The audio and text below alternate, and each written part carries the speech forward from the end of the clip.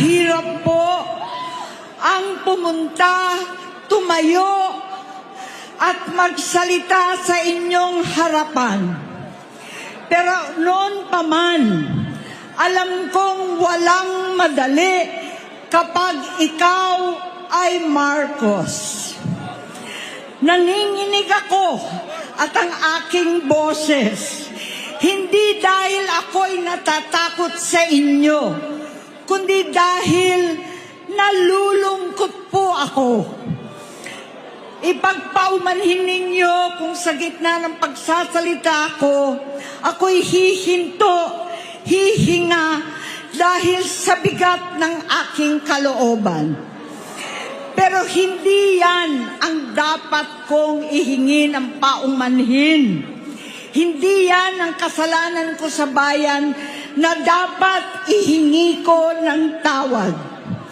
Narito po ako dahil sa tawag ng Iglesia ni Cristo para sa transparency, accountability at hustisya. At dahil sa tawag ng sarili kong konsensya, bilang senador, bilang kapatid, bilang Pilipino. Bata pa lamang kami ni Bongbong.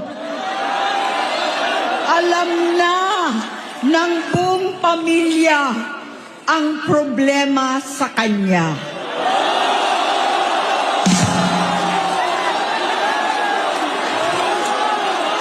Sa totoo lang, mababasa naman ng lahat ang mga testimonya ng aking ama patungkol sa kanyang ugali at gawain.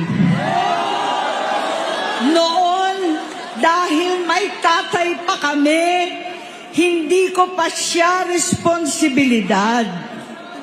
Noong tumatanda, ay mas naging nakakabahala.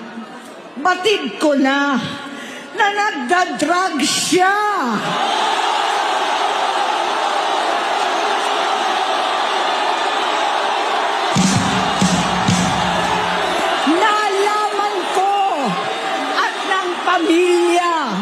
Nalaman ng pamilya, seryoso ito. Minsan, kami ng Presidential Guard at Metro Gompa ang naglilinis tuwing nagpa-party po sila.